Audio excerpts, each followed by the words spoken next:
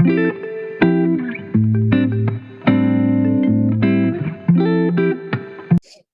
I'm Angie. I'm Michelle. We are Blue Heavens. We are sisters that channel ancient divine beings from two councils of thought. Lazarus is a divine counsel of light, and Lucian is a counsel of our shadows within the illusion. Both teach us how to be better people leading to better lives. Today, we're going to have a very difficult Tuesday teaching. We're going to talk about war perspectives, and we are really focusing on the Holocaust. And we will be citing information from Love and Hate, a book by Henri Landwirth, who is a Holocaust survivor, and Elie Wiesel's book Night. He is also a Holocaust survivor. I don't have the book by me at the moment. And Lokaous was an SS soldier. If you don't know what that is, in the Nazi regime, the highest, the best soldiers were SS soldiers, and these were soldiers that were stationed at these camps.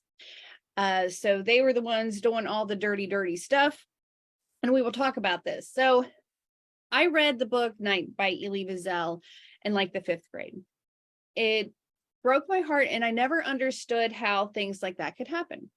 Well, when I married my ex-husband, his sister-in-law is from Germany, and we'd have a lot of talks about this stuff. And she told me one day that her father was in something called the Hitler Youth.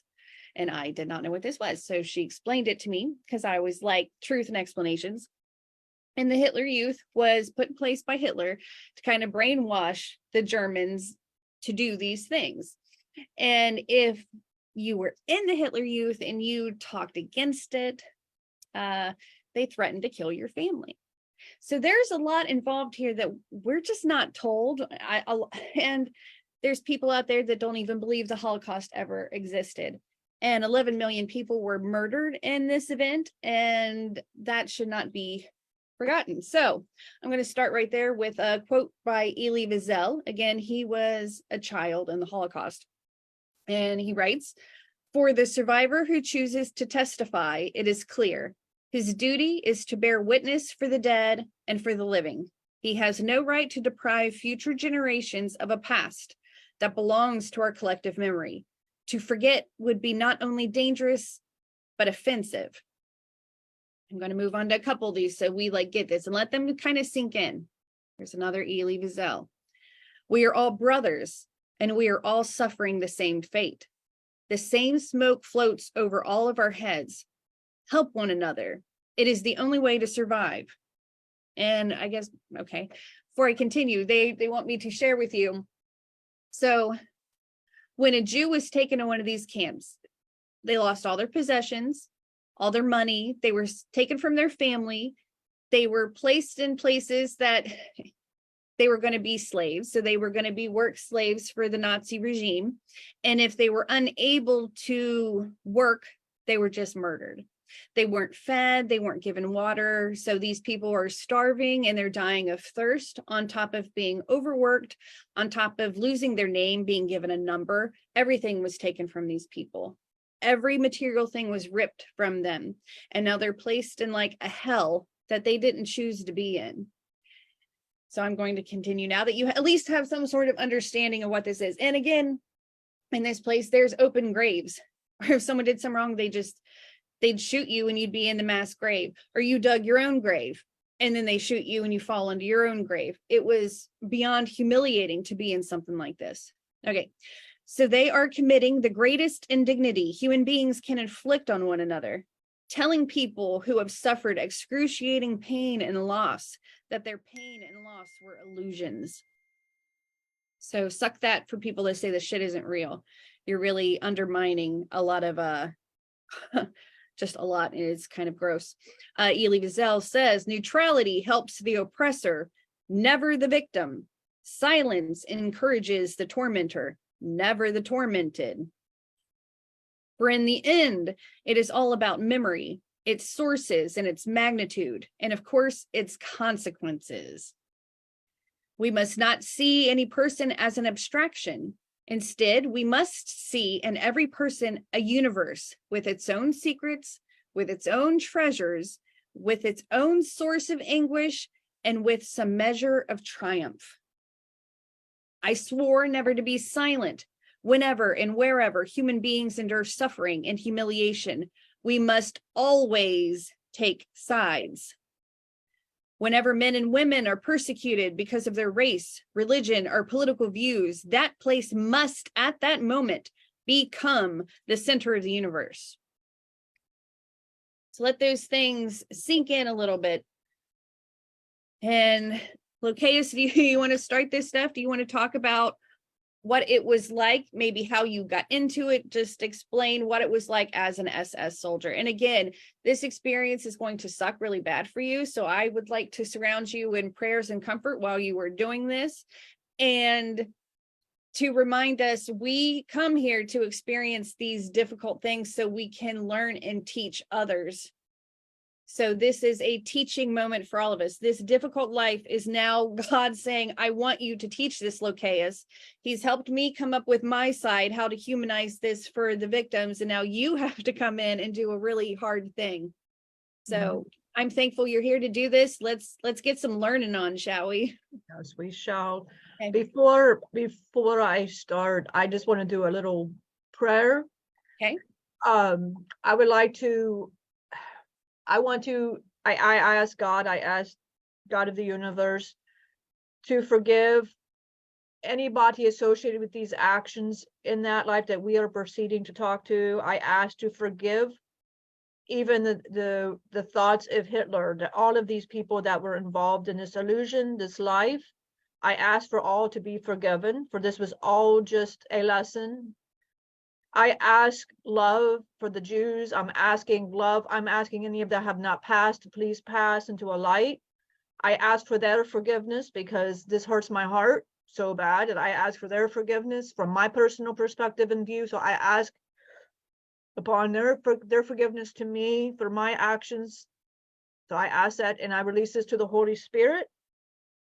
I am not the victim here, and this was just this was a lesson, but again, I just ask for their forgiveness, and I just release this to the Holy Spirit. All right. So I grew up, it was a great speaker, and you wanted to be a part of it. When you were a young man, you wanted to be a part of this regime. You wanted to be a part of defending your country, and you wanted to be a part of it all. I wanted from 15, 16 up.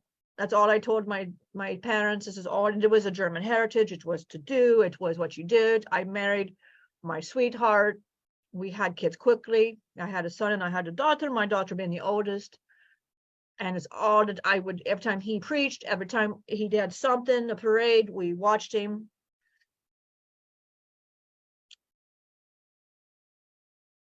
And there came the day that I got to be picked for this special project. This was an honor, and this was not mentioned. And I was very honored. My family was to move closer to base. I'd be away and I'd be back once a week. But my wife, she was which was you too. My daughter has not been back, the one who had played, and David was my son. My son, by the way, wanted to do this as much as daddy. But it was an honor. My parents were thrilled. It's an honor. Don't know where we're moving, which is exciting. We had this big, beautiful house, beautiful belongings, things I've never seen. Didn't look like from my heritage. But nonetheless, very beautiful stuff. And we took into this place, 2-story, just imagine the most beautiful place. First report, I told my wife, my kids, I'd be back. We were going to check into schools in the area, but we were told to just wait until my Thursday. So they gathered, I don't even remember the amount of the soldiers that we stood. And we got to meet, and they told us, Hitler's main,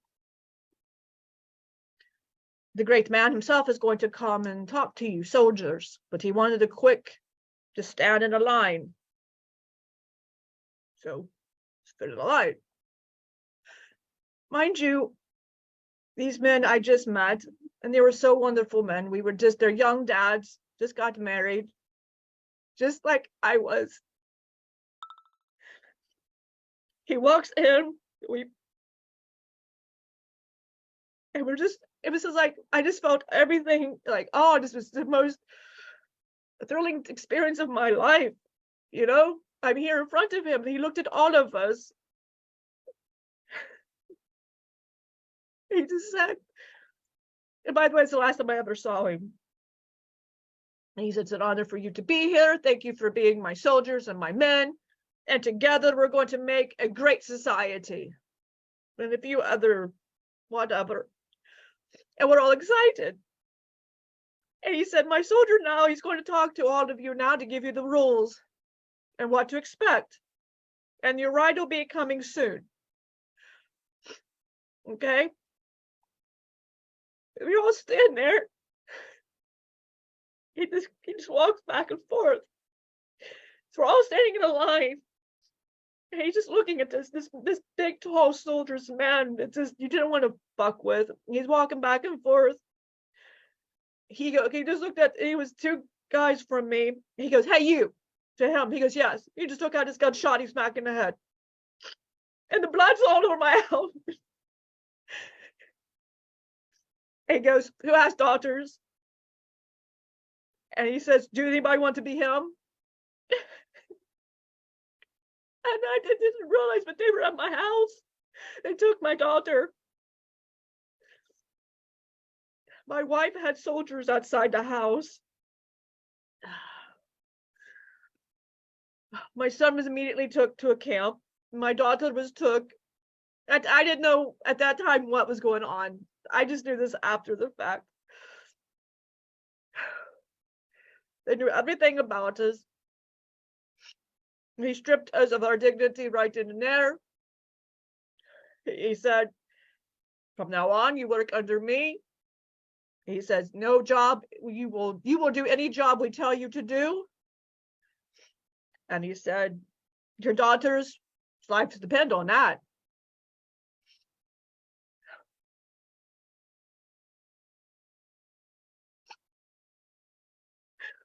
I had a beautiful daughter. I love my children. Didn't matter if she was an ugly daughter, just the fact that she was my daughter.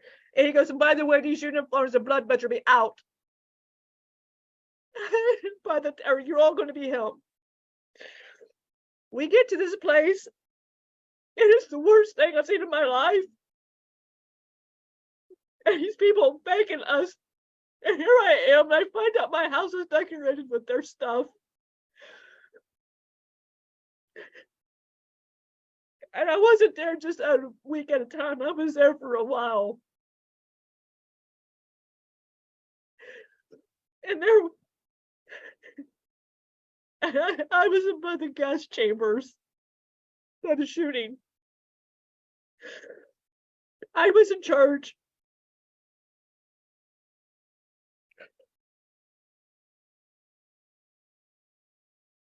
I was the one that had to go get him.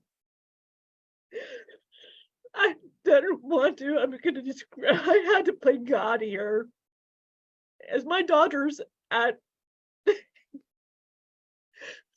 some point, I guess, I can't do this. But then I thought the image of the guy he just got shot in front of me. And it scared you. They scared you. That was their tactic. They come up to you with the butt of a gun.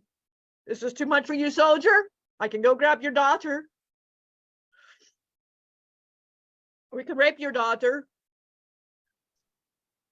They would show me my daughter's hair to me. Or my wife's hair. All you see is blood. That was your wife's blood. Whether it was or not, I don't know. It was just enough where I wouldn't tempt. I didn't know.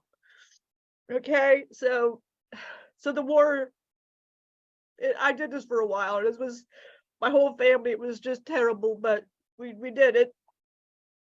And then the day came, it was going to be freedom. And so we stupidly, the soldiers, we stupidly think that our leader will fall and he will go and no, he hid, of course.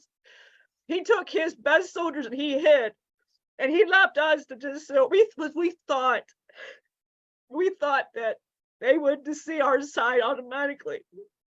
We cried too, you know. We were happy for these people to be saved. It wasn't like I was so happy.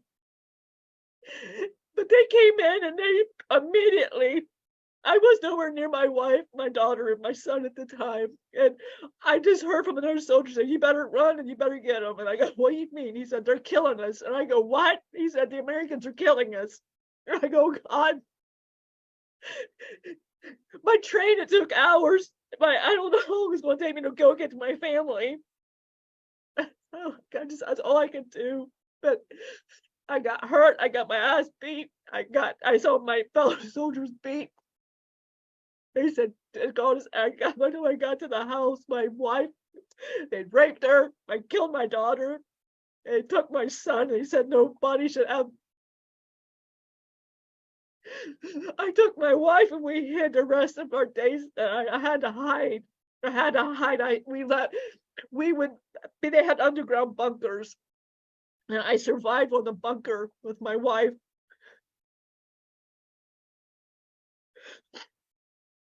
Well, I couldn't walk. I couldn't think because I had been beat. And we had to always hide because it didn't matter. They marked us, by the way. They took the same thing they did to them and they marked us as well. We were always going to be a target, me and my wife, right on her head. They raped her how many times in front of me and I had to watch. It was just the Americans I got that we were not safe. I see a lot of my people, the Germans, were. And I was happy that the Jews got safe. I'm not happy but that's what I went through. I died in an underground tunnel eating worms with my wife. Gosh. That's how I died. I died like that. That's what it leads to. And you ask, could I have done something different? I'm sure there are so many different things I could have done different. But I was so plowed into the whole propaganda that I was doing something good for my country. I want to say something there. I don't know if people know, but the reason Hitler did this was because they lost World War I and they were blamed for causing it. So the country kind of went through a Great Depression. So Hitler knew that people were racist against the Jews. And he thought, well, let's use that. Let's build up German nationality, talk about how great we are. And we're going to say the Aryan nation is going to be the way to go, blonde hair, blue eye, which Hitler wasn't even the thing that his agenda was for. And Adolf Hitler and Heinrich Himmler, both of these gentlemen were taken to camps and they couldn't even get out of the car because they couldn't handle the smell. So people that are at the top of the food chain when it comes to war, these people aren't doing any of the difficult things that they're threatening other people to do. Their agenda that they're telling you is not the agenda that they truly have. I want to read something by the book Elie Wiesel's Night, that when I read this as a child, I cried and cried and it broke my heart. So I want to read it. Then came the march past the victims. The two men were no longer alive. Their tongues were hanging out, swollen and bluish. But the third rope was still moving. The child, too light, was still breathing.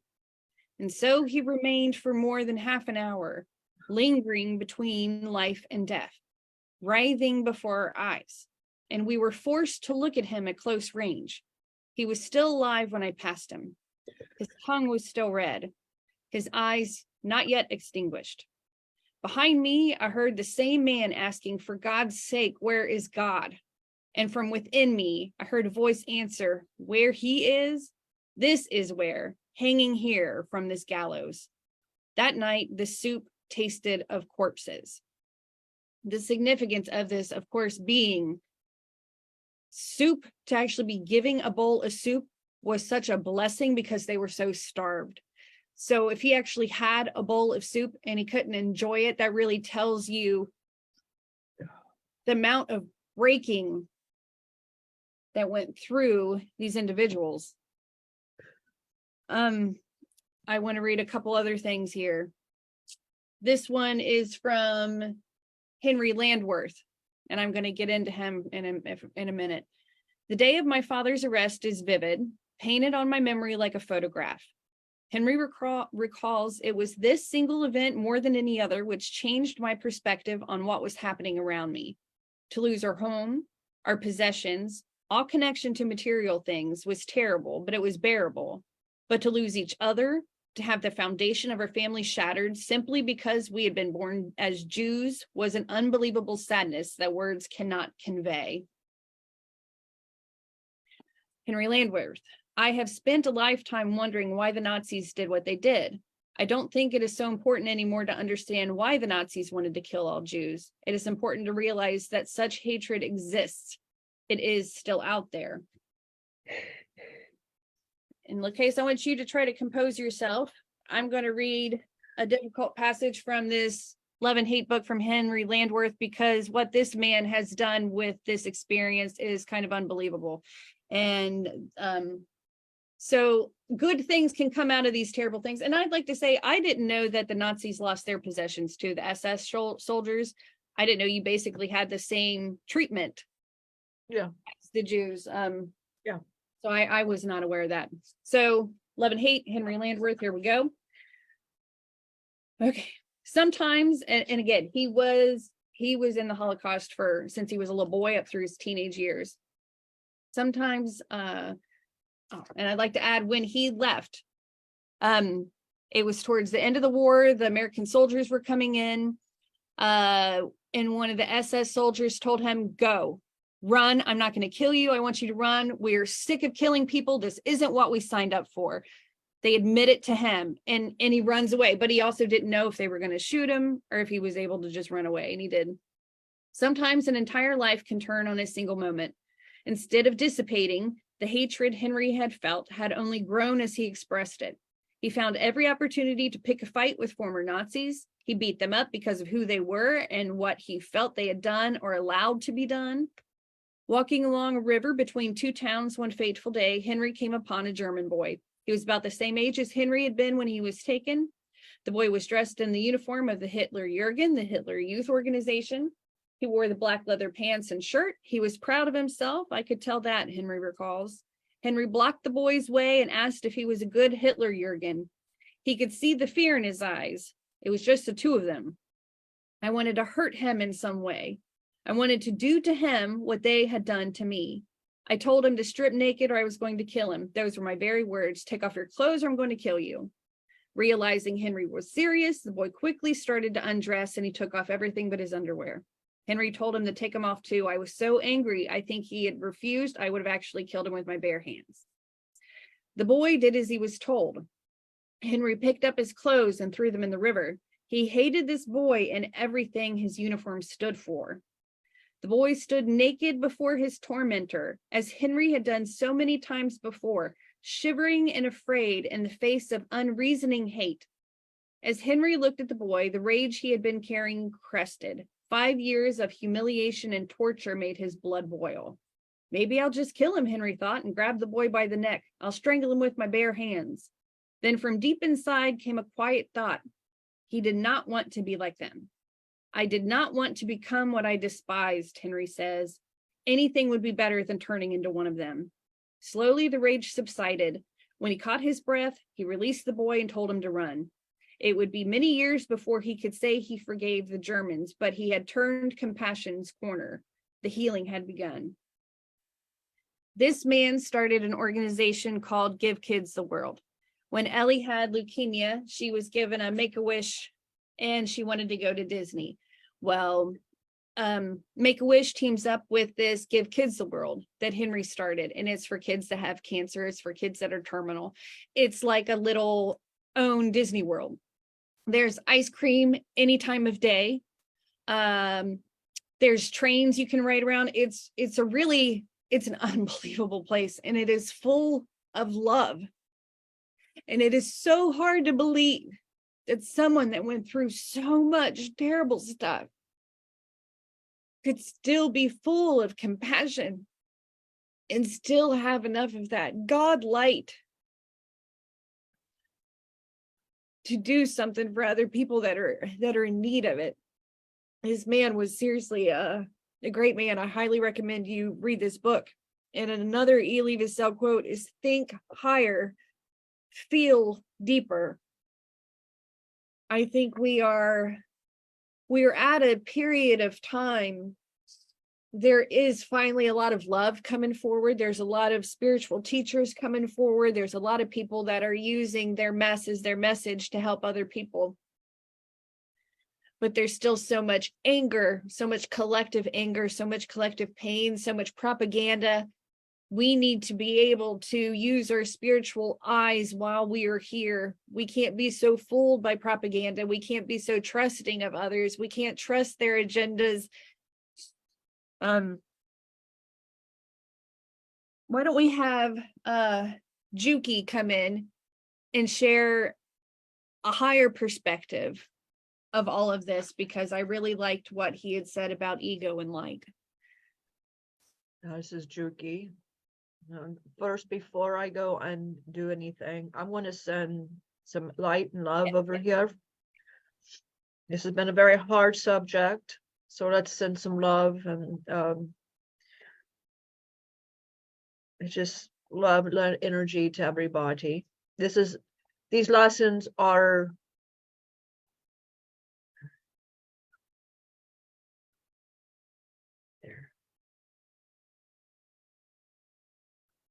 this about me. I am the highest Loki. I am an Atlantis. I am been through these different, when you hear my aspect talk about all of the stuff he's been through, I am the hell that was learned in my paradise.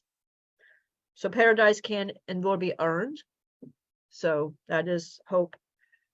So the ego, I was telling my priestess, I call her Junie. So if you hear I say Junie, I'm respecting, I call her Junie. And I call Lokaous Juna. So if I say Juna, I'm referring to Lokaous. So what your ego really is when you come here to your reality, whichever reality you are choosing, because there's so many different realities, so many different, and this particular reality involves what is called an ego. And what it is, it's just a separate shadow self. That's all it is. When you've come here, you are perceiving, and it's so much. And the light in here doesn't know how to take it all in. You get these voices, this other energies, because that is how when you're younger, how you will perceive is these energies. Who are they? This don't feel like light. This don't feel like light. And I'm hearing all of these things. You hear yelling for the first time. You don't know, what is this? What is that? And your light can't concept it because it comes from love, truth. You just came from whatever your paradise love was, the ultimate in love, to, and you don't know how to take it. And that's how your ego is made, because that is the part that makes your I see human for the lessons to appear. That is the illusion. And the whole trick, and Loki, I say, I hear my aspect is the king of tricks, is to go from the illusion back to the light. And that is your veil that you humans put on for your lessons.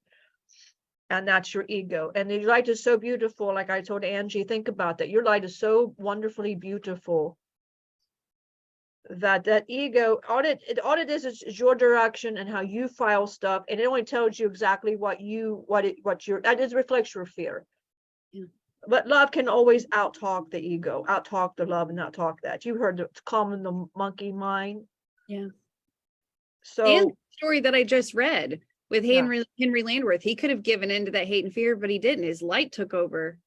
Right, because you got two choices: give into the fear, the illusion, or just go with the love. And you can see in the pain that somebody goes through, that I'm seeing, it can either break you or make you whole, but you're never broken. You're never broken. There is not that people, you're not perfect because of all of that, but you're not broken. You are a light and you're a whole. The only in the body is what separates you. But your light is not a separation. The light in that Jew's eyes was the same light in that Nazi's eyes, the same light. It was that same light. I could look at Hitler and say it's the same light, but his thinking went a little different than white light, but it was still a light. What were his lessons? These were his lessons. Now, did he pay a karmic debt for these things? Well, that's not for us to say, but that's not for me or you. He made his bed. He hurt all these people, but it was also a lesson in where hate can take you. One person did this, and he made his voice heard. Hate and love. Hate can make it just go. It takes one person to just make an appeal. Now, I will have Lokaous come forth. I want him to say some red flags. He said there was red flags, and I do want him to talk about those red flags so I can help others. But you've got two choices in your life. You can follow this fear. You hear somebody's preaching hate. At first, it's going to stir something in you because you're a part of something. Your soul wants to be a part of something. It don't matter, is it hate or is it love? I just want to be a part of it because it's a collective whole. And a whole country, you just want to be a part of it. This man is speaking things to these people probably, and they were like this, I'm a part of it. I'm a part of whatever it is. But they quit asking, what is it I'm a part of? They quit asking. The Americans came in to help these Jews, and their mind has been anger at the situation. They know what's happening now. There is hate now. Their goal, save these people, but they held judgment. So should we be mad at them for what they did? Here's the problem with what I'm going to say. They came in with a collective anger, with hate. You heard what he said. I saw the little boy in the clothes because it triggered. It took back. Yep. All of these people go back to this ego. They all must die. They're all a part of it without asking their point of view. Right.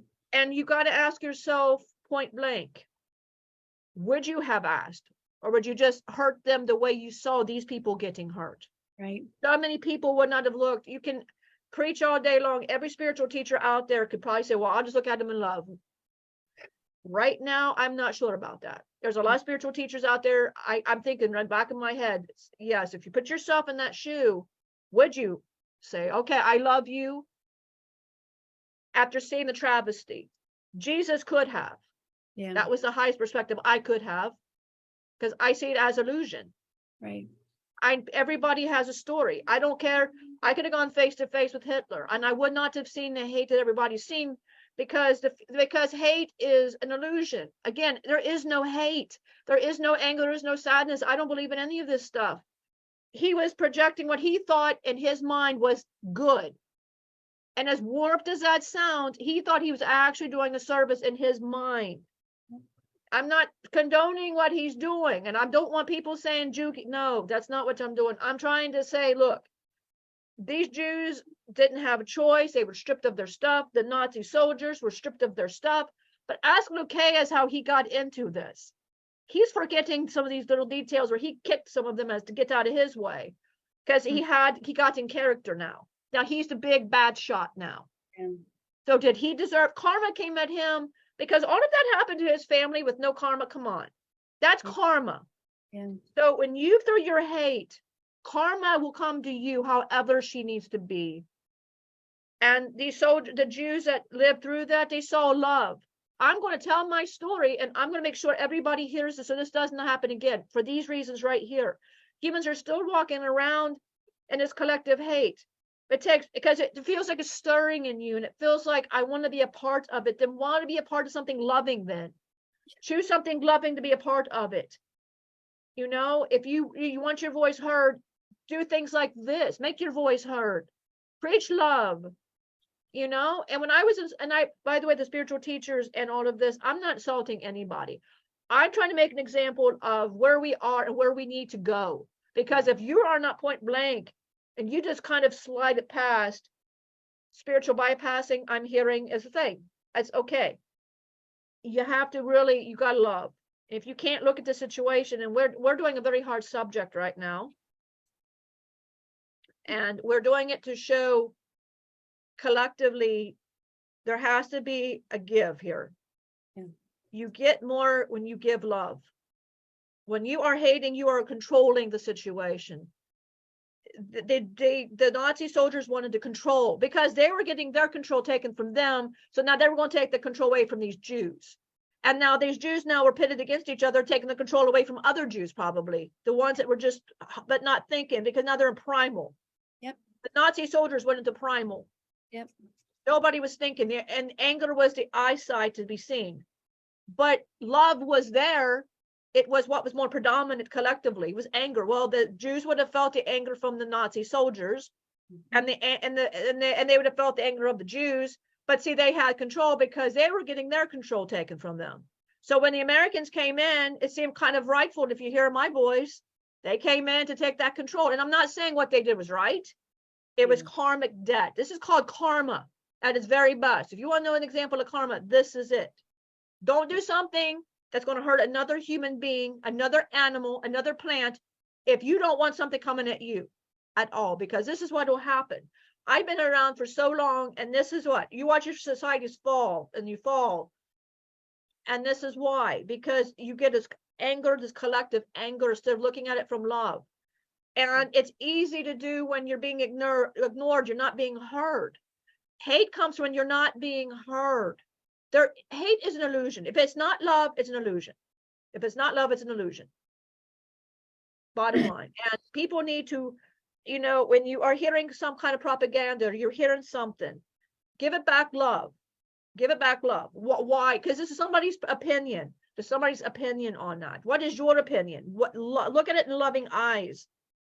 And I don't mean to keep going, but this subject hurts my heart. When you're in Atlantis and you see the beauty around, and you look at this collective, and I find out that my part became a demon, and he told me what that meant. I see my son Juna did these things. I mean, I didn't judge, because I understand it's an illusion, I understand it's a lesson, but again, it makes you go, what happened? Atlantis is love. Where did this all happen? This is where all of you, the light, are here now. This is where you came from, wherever your paradise was, Atlantis, Pluto, Orion, it don't matter. You came from a much higher perspective of love, and here we are. And I heard about this war, and I was so taken aback. I see my aspect is misunderstood, and I was so confused, like, what? Just teaching love makes somebody confused. Yeah. And it really hurt. So I'm going to back it out. And I want to let Angie, I want to let you speak on some things, because listen to my Junie. She was one of my best students at Atlantis. She always listened to what I had to say. And so was Marcus, always my best students, and they heard. And so listen to my Junie. She knows what she's saying. So I call her Juniper. Juniper. I love my Juniper. She's my juniper flower. I always call her my Juniper. So listen to Junie. She has just listen to her words, and I will back out. And it was, and if you need me anymore, I will come forth. But just make sure you ask Lokaous some things, because So just because we want a way out.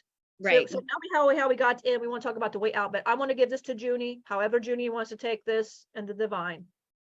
Okay. Thank you very much. You're very welcome.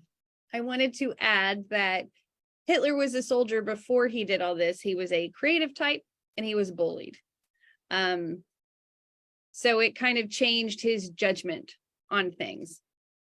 I wanted to add that because I thought that was an interesting thing when I learned it in college. I learned some in college, you guys. There was it. And I wanted to read another quote by, let's see. This is Elie Wiesel again. Never shall I forget that night, the first night in camp, which has turned my life into one long night, 7 times cursed and 7 times sealed. Never shall I forget those moments which murdered my God in my soul and turned my dreams to dust. Never shall I forget these things, even if I am condemned to live as long as God himself. Never. Just the power of all these things. Like, I sit and I write things, but my words don't have this power behind them. And one of the things that I really like about reading these things is it's super difficult to read these books, but there's such power in their words because they want you to feel it. And they want you to feel it because of the importance of its weight and the importance that it's not repeated. So let's get Lokaous in here. So Lokaous, you said there were some red flags. So let's maybe mention what some of these red flags were. So maybe if you were in a group of some sort, and you need a way out or something, maybe we can shed some divine light on this, because hate groups are still happening. People are still a part of hate groups. Yeah. And again, like Juki said, because we want to be a part of something. Well, we need to learn to be a part of something good. Right. Oh, absolutely. Well, there was some red flags. Okay. Definite red flags. Okay. And I was paying respect as you were reading the books. I was just putting, and I'm showing, I was giving forgiveness to them. It's still the illusion. So I was not trying to be disrespectful. If somebody sees my head, I was praying, giving that light to them. But some of the red flags were, well, you want to be a part of something. That's all my family talked about on the news. It's all we talked about. I wanted to be an artist. Something terrible, but I wanted to speak philosophy. And believe it or not, I wanted to speak against hate. And I thought this was the way to do it. He said some questionable things that it didn't feel right in my vibration. When he would speak, it didn't feel right. But when you were getting pushed by your family, your brothers, your mom and your dad, and it was the only thing that was accepted talk-wise in my house, I felt it within my vibration. That was the red flag. I felt it, but I wanted something. I saw my brothers had respect. I wanted that same respect. I didn't care how I got that respect. And just for the record, I didn't know this is what was happening. I just thought I was going to be a soldier and I was defending my country. That's all I knew. There was rumors. I will not lie. There was rumors. But again, it's rumors. You don't know if it's true or you're not. But even there was a red flag. There was my red flag. I should have took my wife. Of course, my wife was smarter than I was. Before I had gone through all of the trouble to do what I did, to be the best soldier, and we were getting ready to move. And she said, I just don't feel right. She said, you trusted me before. This does not feel right. I had that moment to walk away and I would not have gotten in trouble. This was a voluntary position. It was not given. This was voluntary. She said we could have a good life. She came from money. I didn't need this for the money. This was for prestige. Wow. And she said, we can speak she said, you've got a beautiful talent. Why don't we take this talent elsewhere? She said, we don't need to be in the middle of this. She didn't like war. She hated it. She didn't want no part of it. She would give to the war effort she was very creative, and she would do whatever for the moms and the kids of the Germans. And so was my daughter. But my son was so focused in on it because he heard me. I wanted to walk away because when she said something, she's very prophetic. And there was my red flag. She said it didn't feel right. She says nobody should be, in her opinion, this gung-ho about getting so many people and so many. She said we never see them again. There was a red flag. I never saw them again. I never saw these men that went and did these things. I never saw the after story. What was their story? And I've had other lives as soldiers and they've had their stories, to compare notes. Do I want to do this? They could talk to another soldier and gain your own perspective. Should you? I never had that to gain. You didn't do that. That was disrespectful and you didn't do that. But I had nobody to really, and my mom and my dad pushed it. They said, we will just own you, which was just you. I didn't want to hear any of that.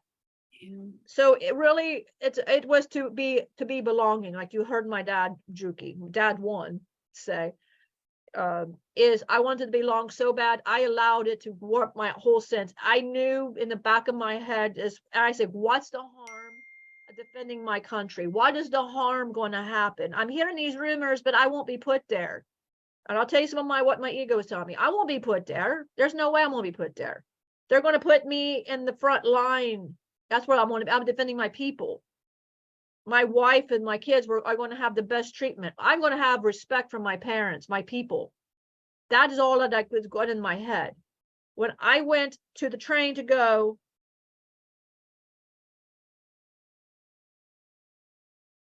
I just felt like I just died. It didn't feel right. And it was even before the soldier got killed in front of me, I knew I was in trouble.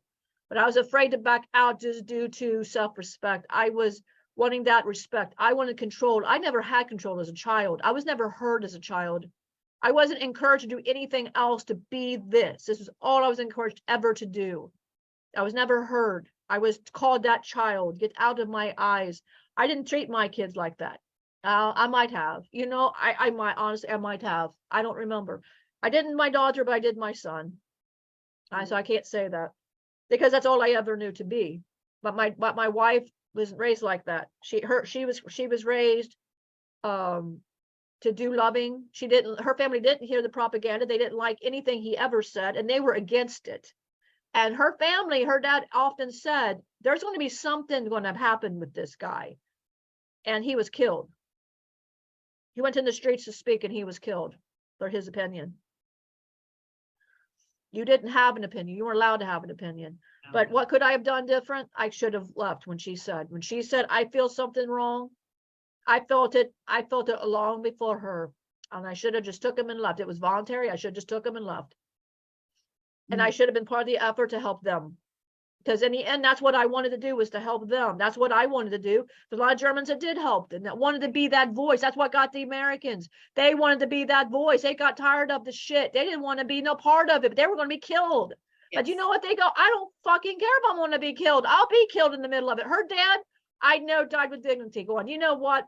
That's fine. Kill me. But I'm going to die at least with my beliefs in the back of my mind. My wife never got that. I took that away from her. So the red flag was my vibration. If it don't feel right, it's not right.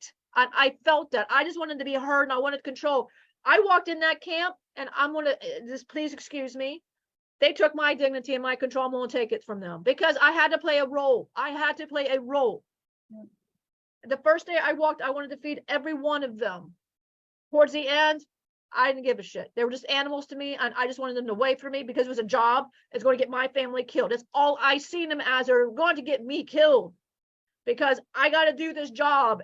And I'm walking past them. I pretended they were dogs. I had to walk and pretend. I heard all the soldiers. We had to go. They're dogs. Pretend they're just dogs. They're not humans. They're dogs. I had to get in my mind of the illusion. That was a fucked up, terrible thing. But I had no excuse for what I did. And there's so many humans, you're walking in there, these humans are dogs, because that's how you have to do. No, you don't have to do anything. I should just, are you really my family? After all of this happened, when we met up again, you know, my daughter said, you should have just died, Dad. You should just, and I said, you know, I should just have. She said, I'd have rather died than had to, you know, she said, I'd have rather just died. And I should have, but I didn't. I proceeded. And you see the guilt on me, and I'm an archangel, and I still carry this guilt. But why am I carrying the guilt? Why am I carrying guilt? Look what I did to these people. And I'm forever for asking forgiveness because I hear these stories, and you're just like, I'm not the victim. I'm not the damn victim. There's so many damn things I could have done beforehand. I wanted control. I wanted to be the big guy because that's all. So I feel with your children, if you have a child, listen to them. Encourage these creative gifts. I was not encouraged, nothing. What I love about this woman over here, Angie, wherever site she's at, and my priestess, they encourage the kids to be whatever they choose to be. Yep. They are heard. They are loved. These two are heard and loved by their parents. I was never loved and I was never fucking heard. All I was told is this is what you're going to do. Don't do that to somebody else. Don't.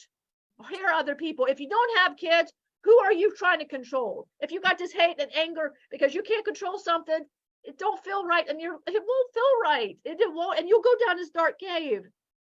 Yeah, and everything that I earned, you heard me cry about, I earned everything. I didn't deserve to eat after what I did to them. I didn't deserve any of what I did. I died justly. I died the way I should have died. My wife should have never died the way she died, but I died justly. She did not die. She just followed me stupidly. So there's so many red flags. I just wanted that. So I wanted to add that because we want out. We want you out of this. Here are other people. If you need to be heard, talk to us. We will hear you. We will hear you. We know all about that. But it all starts with you being angry because you're not being heard. You're not separate. The same light that was in his eyes were in my eyes. Why was it a shock to see Hitler when you see him for the first time? When I saw him and the light in his eyes was the light in my eyes until that happened. Then you go, there is no God, because there's no way my light reflects that light. There's no way. There is no way. Maybe the soldier got the easiest way out. In my opinion, he got the easiest way out. Might have. But there was my red flags. I would like to add too that you mentioned prestige. So pride was a factor in this. And pride is what? It's one of those deadly sins. Why? Because it takes us the wrong way. It takes us towards darkness and away from the light. It takes us towards selfishness, away from unity. So that was great. I don't know if you'll have the answer to this question, but I'm going to ask it. Do you remember, like, when you passed from that light, what happened when you walk into the light? Yeah, I can tell you. I know. Okay. I relive it every day. Yeah. When I left, I expected to go to hell. I expected to go to a hell.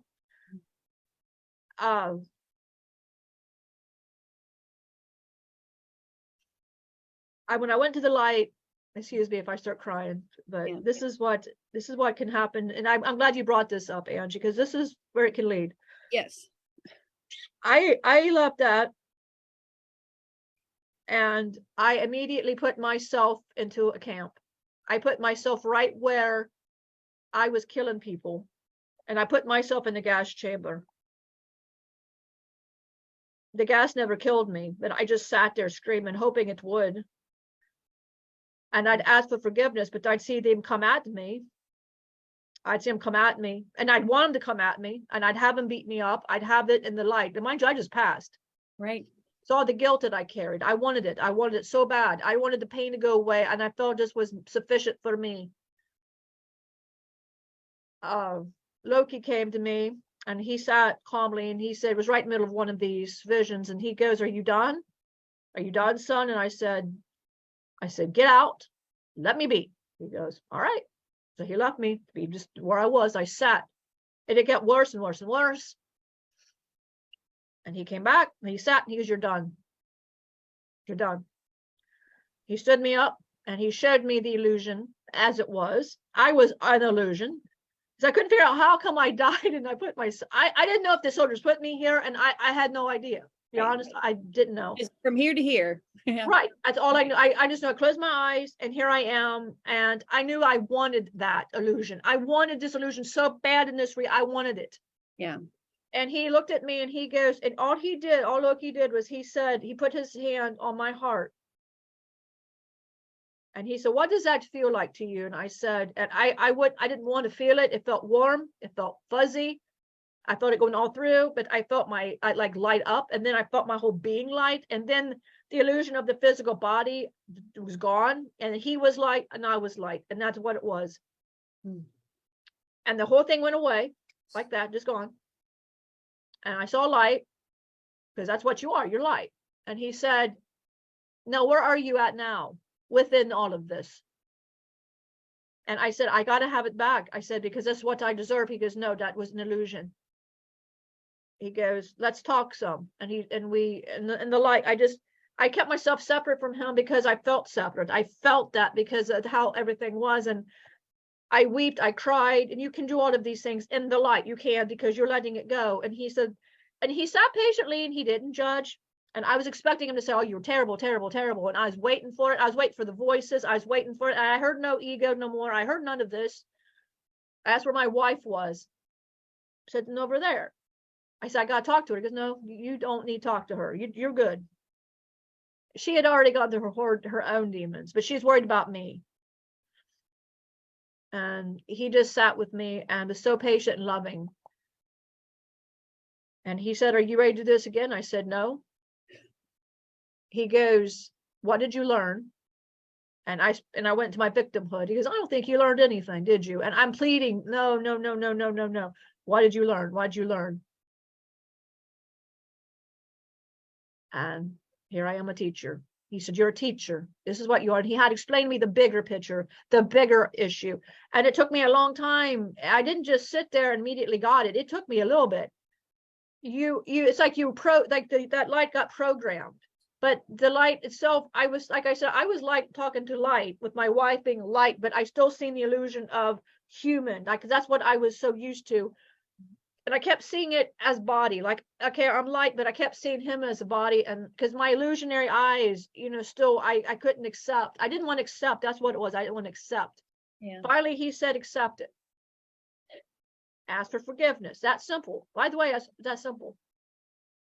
And I asked for forgiveness, and he was light. I saw light. I saw hers light. I felt peace for the first time, and I can't explain to you how long. And he says, let's go to your next lesson now. Let's just go to your next lesson. He goes, do you think you learned sufficiently here? And then, he just said, as your teacher. And he made me look at what my part of it was. I had to look at their point. Even to the soldier that I was one particular Jew I always picked on. I was that Jew for a bit, just to go through it. It was an illusion, but I had to go till I understood fully my actions. I had to fully understand my actions. I got to see the lie, the propaganda lie, and then that's how I knew the illusion, the thing, the this, the that. And he showed me all of the things I could have done different, and I didn't. And yeah, because this was to teach a lesson in that. So this is what happened. So yes, Angie, thank you for bringing that up. And Loki was very patient in that and teaching. But that's what happened for a long time. I put myself, like Cosmo did what he did, Wendy did what she did. I just put myself where I thought I belonged. Right. No higher power puts you anywhere. No, I put myself. No higher power. You chose it because you felt like that's what you deserved. We choose. It's the choosy we doozy here and there. Here and there. Here and there. Yep. And I chose it. And the illusion is no longer, I know now it's an illusion. It was a teaching. It's still going on. Yeah. So what I do is when I tell my story, I try to give him options now. I try to give that higher perspective of knowledge. So when you hear a voice of a higher, you hear something that tells you not to do it, that's a part of you that already knows that this is not good for you. You need to not do this. Yeah. You are that voice speaking. You can hear it.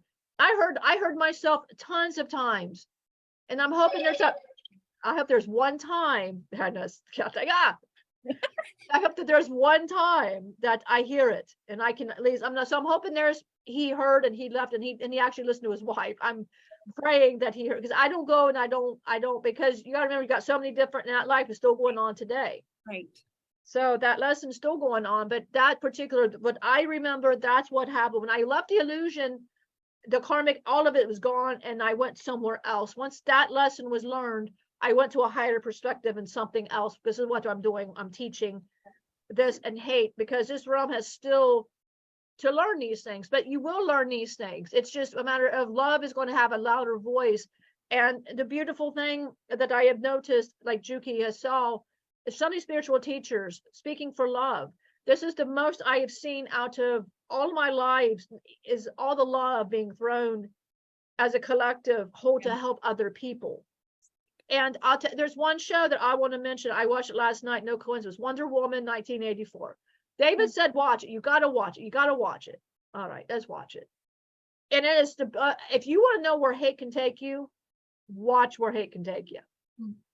I don't want to ruin it for anybody if you do and you have seen it, but it's where basically it's like the monkey's paw. And if you know the story of the monkey's paw, you make a wish, it's going to take away something from you to make it whatever. But it's where greed and where it all can go if you let it go. And David said he thought it was so kind of, he said, considering the talk you're going to be having tomorrow, he said, I thought this was going to be very good. And it was, because it explained the hate, where hate can take you, where love, a second of love, where love can take you. And it was an amazing thing. And so I do, if you want to, I recommend it highly. If you want to see something She's a beautiful lady walking around half naked. That's also very good to watch. No, Loki does not have that outfit. And there's a cheetah outfit that we know Marcus could fit in as well. But for real, Angie, if you want to see where hate can go, this is a perfect show to talk about where hate can go and where love can eventually, because Wonder Woman says some very prophetic, beautiful things about truth. Yeah. And it talks about right where hate can take you and that. And but love, but so if you find yourself somewhere and you don't feel, you go in here in your light. When Loki did that to me, the light will tell you what to do. That the inner you knows what to do. You got spiritual guidance from all over. You also got your higher self that has lived this life how many times can tell you what is a better possible solution for you to do. There is always a way out. Always. Don't let fear guide you. Fear will take you down this. Love will get you out. And it might, love isn't pretty. Once you decide, now it's not going to be like a miracle. No, it'll get you out. But in the end, look what can be accomplished from all these wonderful men that you just read about. Right. But that is very beautiful. And I'm sure he had a really hard time creating all these beautiful things for people, but he did it. But what was all of the things, the sacrifice and all of that? But he, no matter what, the price, love was always going to conquer. Yes. So that's always a lesson. And that should be, read these great people. Highly recommend it. Maybe Angie, after live, maybe put these books down for others if you really want to get more perspective, because it's very important. It is. And there's nothing like it. They're not easy to read, but they're not supposed to be. They're supposed to open us up and remind us of something bigger. It's supposed to remind us of our humanity, our connectedness to one another. Because we're all in this together. We're on this together and we're all learning together. And I think this was this live, it sucked. I was reluctant to do it. I know Lokaous has been reluctant to do it, but it's so important. I'm sure he was reluctant to write this book. I'm sure he didn't want to have to open up all these wounds all over again, but he knew it was for the greater good. And I feel like this was for the greater good. A lot of us don't know these things. We've never had the perspective of a German soldier. And I think we needed it. I think we needed to know all this stuff. Again, someone profits from war, and it's not the people that are fighting in it. It's somebody else. The people that are controlling war and profiting from war, they're not really involved in it. They're just creating the mess for us because they want us to just die. They don't care. They just don't care. So if you have a politician or something saying that they care about you, they don't. Ask the light within you. Can you tell me the truth of this individual? And I would like to say, I feel like all politicians need to have jackets with labels on them of who sponsors them, like a NASCAR. I think it should be visible who is paying these politicians that are here for us, because it's not us. It's not us. No, that's actually a very good idea. It is. Can you imagine if they had to do that? You'd be like, well, F you, dude. I don't like who sponsors you, man. You're out. Or I love who sponsors you. Oh, it's crazy. I was shocked by the amount of American companies that profited from World War II. And that supported Hitler and stuff. I was really shocked by all that stuff. Chase Bank was one of them. The Ford company, Henry Ford, was apparently a big Hitler fan. And it's like, what point do they stop if they stop? There's a lot of people that spread hate and anger, and it's because you're angry and hateful that you're following them. And that's not the way to be. Being hateful and angry, you're missing something. You're in some sort of illusion. You're missing some sort of truth, and you have to have that truth as a basis to find your way back. So if you're a fan of someone that's mean and angry, ask yourself why and what you can do to change it. Why do you want that? Why do you want to hurt other people? What do you really get out of that? Does it make you feel good? And if it makes you feel good, what part of you feels good from it? Probably not something good that you're feeding. And my earrings, okay, they wanted me to add that I put like the grumpy bear earring and the cheer bear earring because both exist at the same time. We have duality. And if it is all possible, why don't we send love and light to all the places that have this heaviness of suffering? It's not just these concentration camps. There's places all over the world. There's houses that kids are suffering in deeply. So why don't we all, if you guys want to join us, do whatever you need to do, and let's start projecting love and light and comfort and peace to places that need it desperately. And remember, we are all one. We are doing this out of love. We are doing this because we are all brothers and sisters. We are all here with our unique perspectives and unique lessons to teach one another. We all contain treasures, just like Henri Landwirth says. There's something beautiful in each and every one of us. Skin color is an illusion, sexuality is an illusion, gender is an illusion. Outside of spirit, when we are spirit, we exist, masculine and feminine, both energies we contain. So we are just sending love and light to all the corners of the universe that need it and that are open to it. If there's any spirit that is stuck here from their suffering, I ask that they receive a light behind them. I ask them to turn around and walk into the light so they can get relief and love from their suffering. If there's any pushback, I ask for our spirit team and Archangel Michael to help them out. If there's any energy that wants to leave this place, I ask that it goes into the light. If there's anybody out there that feels low and wants this energy, just say, I allow it, I accept it, and then receive it. It is just universal love energy. We all contain it. We all come from it. We're all connected to it. Nothing is separate from it. It's just your willingness to allow it and receive it or not.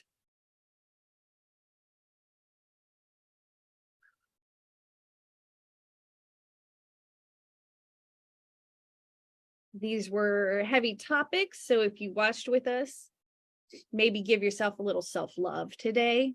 Maybe take a salt bath, maybe go for a little walk, do a little meditation, calm yourself down, send love to somebody else, maybe do an act of kindness for somebody. If you know someone's hurting, maybe say something to help them out. Let's start being better people. Like, that's why we're here. We are love beings, and we are here in a hateful, chaotic environment to remember we are love beings, and that's bigger and better than what we've suffered for. Again, the Bible would say this is counterfeit, that this is counterfeit life. We are settling for things that we are less than because that's what we think we deserve, or that's what we think we can have, when there's so much more. And there is a beautiful dream of new earth that is unfolding before us, and we are all a part of it, and we are creating this new energy. All these things that are going on purpose, because it's time to change them. Humanity knows we need a change, and it's not going to be an easy thing to change because the powers that be that are in control of things, but just we need to power through it and do what's right for everybody, because we're all connected. There's no separateness. It's not this country gets this country. It's global. We're global. We're all connected. There's no state lines. God didn't make state lines on the globe when he made it. He didn't make countries, right? He just made it all. He made a collective. We've separated it because we think we're separate. There is no separation. No separation. That's nonsense. It's nonsense. And this is Juki, and a good way to do this, as if your neighbor is hurting, you're hurting you too. Yeah. If your neighbor is starving, you're starving. If your neighbor is hungry, you're hungry. If your neighbor is angry and sad, so are you, because you're all one. You will reflect that person. So if you think that when you control someone else, you're not really controlling, there's something within you that needs to be listened to and heard, and your anger is hurt. Anger, it's hurt people is what I heard, and it's very beautiful, and that is true.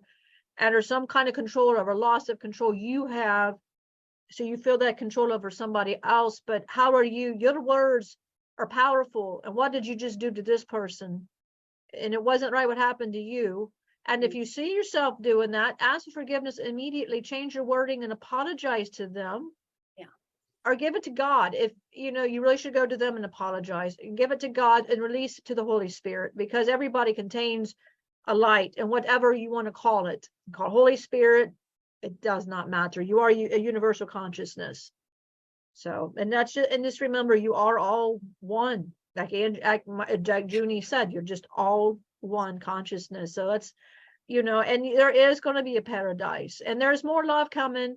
Like I said, I see it more. Be grateful every day. And that's why some of these Jews survived. They were just grateful. They saw it in a different perspective, and they were just grateful. And it takes a second to be grateful. If you say, I just don't have nothing, you got air, don't you? Yeah. Air is a commodity. Be grateful for that.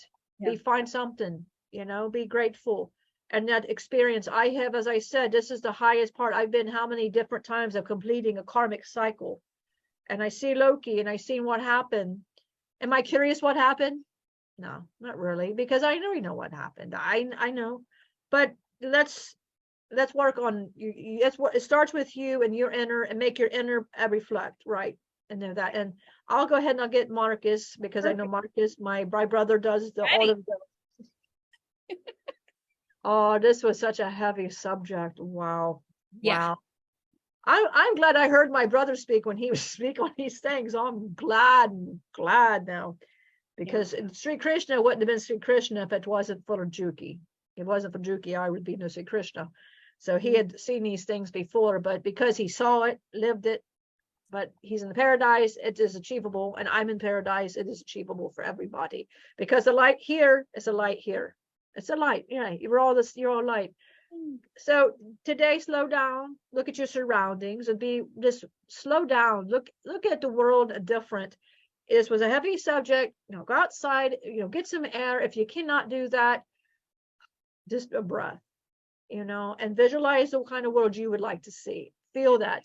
Do I want peace in my world? Then feel that peace you want. Is there love in the world you want? Give it that. Because what you absolutely. And if you just want to do this, that's just fine. Yes. For that. Yes, that's just, I'm grateful. Thank you. I'm grateful. Thank you. It says it all. It does. I'm grateful. Thank you so much for everything. Thank you. Just thank you. It's it. Thank you. Thank you. Beautifully said. So I like to thank everybody that joined us today, the spirits that be, the universal love that is. And we extend this, and you're watching this energy is good. Just keep watching, and that energy is going to all realities, all things. And as well, we are going to add cord cutting. If there's anything cord that you want cut, Archangel Michael, as you're watching that, will cut that cord. You have to allow, and he will do. And he will do that. And in what was cut on the cord will be given back to the person in love. It will not be in any energies that you directed intentionally or intentionally, is forgiven and given to the holy light, spirit, whatever you want to call it, universe. It'll be in that way. Any cords that you have took from any lifetime, any energies of hate, is now transmuted into a beautiful light. So if you lived any of these horrendous lives, or is still going, because all these lives are still going on, it'll be transmuted back to this reality that you are living, so you can get the highest purpose, the highest teaching. Because when you do the highest teaching here, they receive the highest teaching where you are teaching, will receive that highest teaching. And then they may get that nudge. It just takes one little second of you going, that's I don't want no more. It's going to create a ripple to whatever reality, and it will create a ripple to this reality. That's how that works. That's how love works. That's a beautiful thing. That's how love works. So I like to just please do that. So, and I want to hand it over to a beautiful priestess, whatever she's at. Who knows? I never say thank you, and just thank you. As she said, thank you.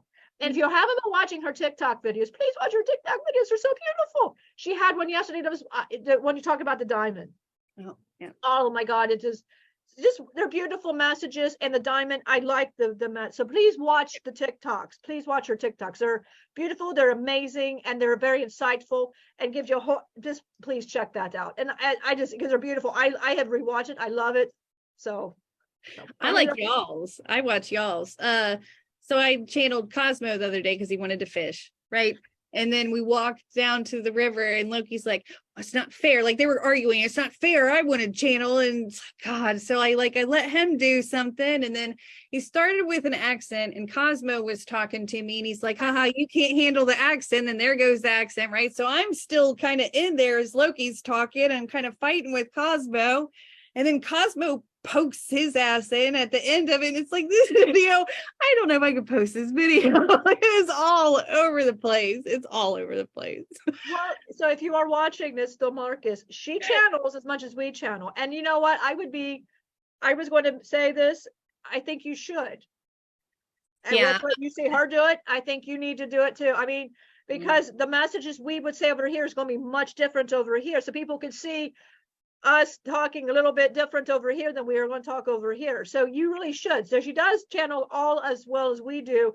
Yeah. So if you watch TikTok, yes, watch it, because I would be everybody, because you do that. And I think as we get out of you, I think you need to do that for real. The first time Michelle did that when Loki did it, oh man, she's like, oh my God, oh my God.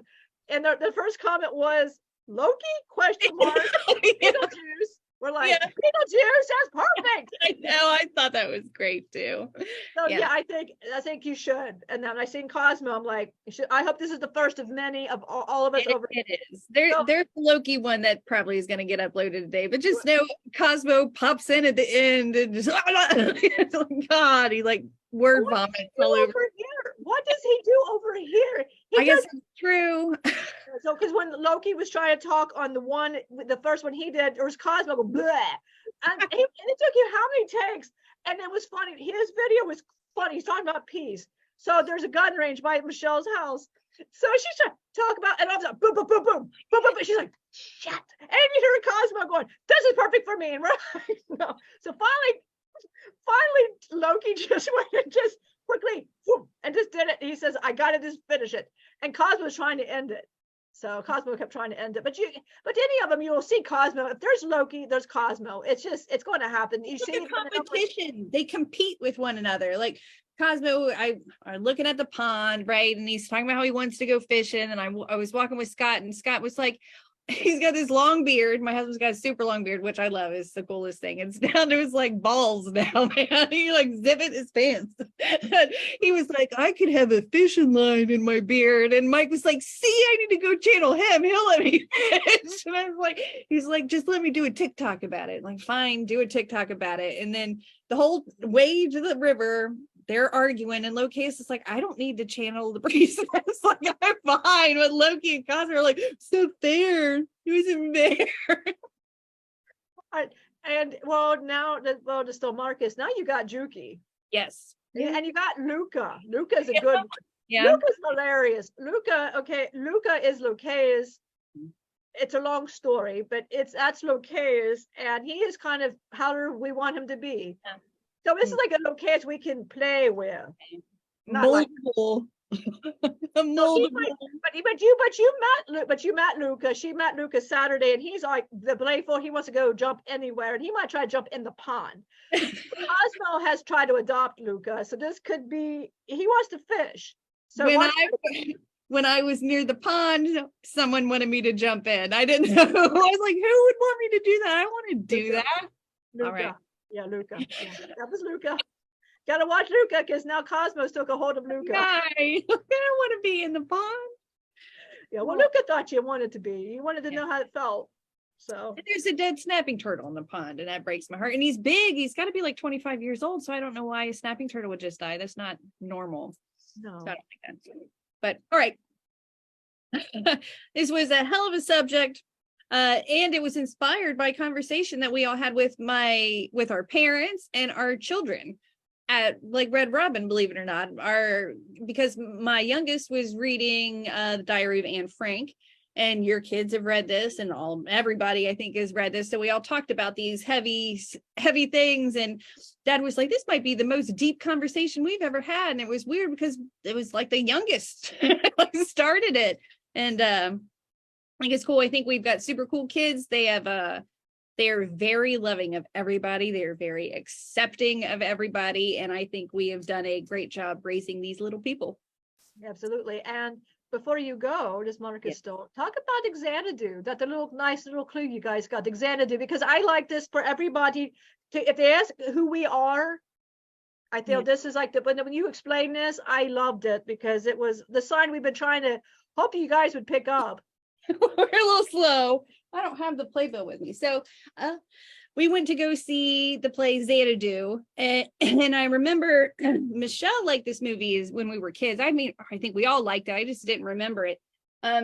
So we went to go see it. And it was high school kids doing this play. And God, these kids, man, some of these kids are so freaking talented. It blows my mind. And I enjoy myself so much seeing teenagers plays. It's just unbelievable. But so we go to see Xanadu, and it's my kids, my husband and I, and it's the story of Clio, who is a goddess and a muse, and she's assigned a person on Earth to come and give creative inspiration to. And there's all muses. Some muses were the muse of lyrics, and some was the muse of joy. So there was a person for each inspiration. And Clio fell in love with her human, and Zeus was like, hey, you're not allowed to fall in love with human beings. And she was like, but I do. And then he kicked her out and was like, fine, go live a human life. And she did. And that's a lot like Loki and like what they did to us. Like they were up there and then they were helping inspire us, and then they kind of fell in love with us, and then this whole thing kind of happened. But the songs in it really got me, because there's the song Magic by Olivia Newton-John that we both listen to.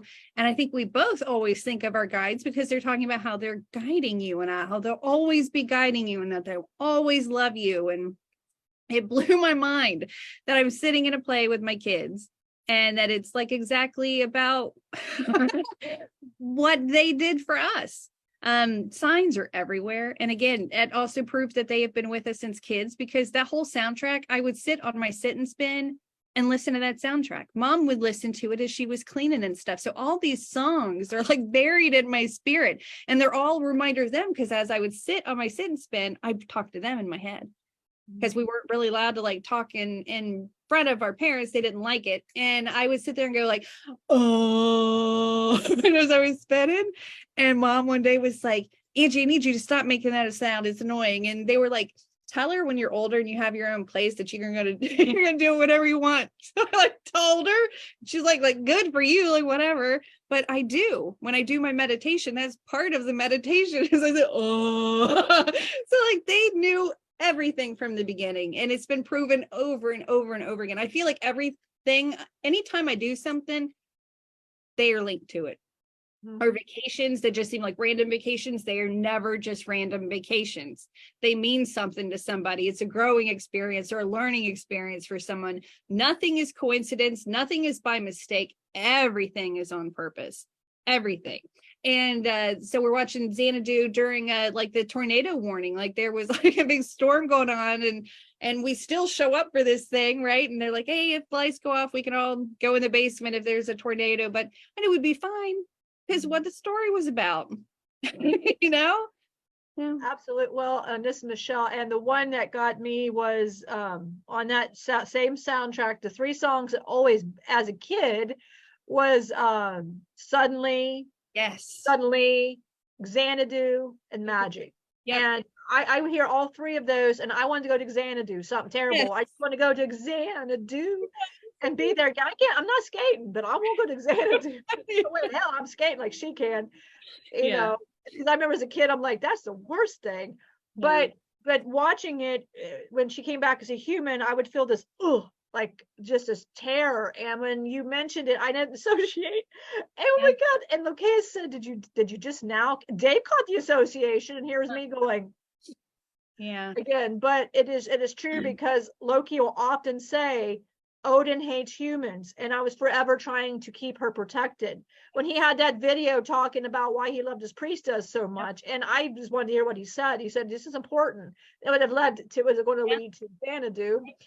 And lead to it, but he said basically it was Odin hated humans, and I spent trying to protect my human because I loved her so much, and hide Lokaous because he was part of the whole human thing, and then you say that, and it still didn't dawn on me. And then my wish, I had we had gone to a Chinese restaurant 2 weeks prior to what we did. We had Chinese food lately. And it said, an old wish is going to come true again. An old wish you wished was going to come true. And the only wish I've ever wished was for them, to understand them. Who was it that always guided me? Who was it? And I know guided you too. Yeah. Who guided me back to her? Who guided me throughout my life? Who was it? Now, my old wish. Yep. It was my wish. And I'm really hoping at least for us to meet Tom Hiddleston. Because Loki, I want to meet Loki in the physical. And he does say, I always meet my priestess in the physical. Yeah. So I'm hoping, Tom's the closest, so I'm really hoping. I mean, I'm not saying he's the closest.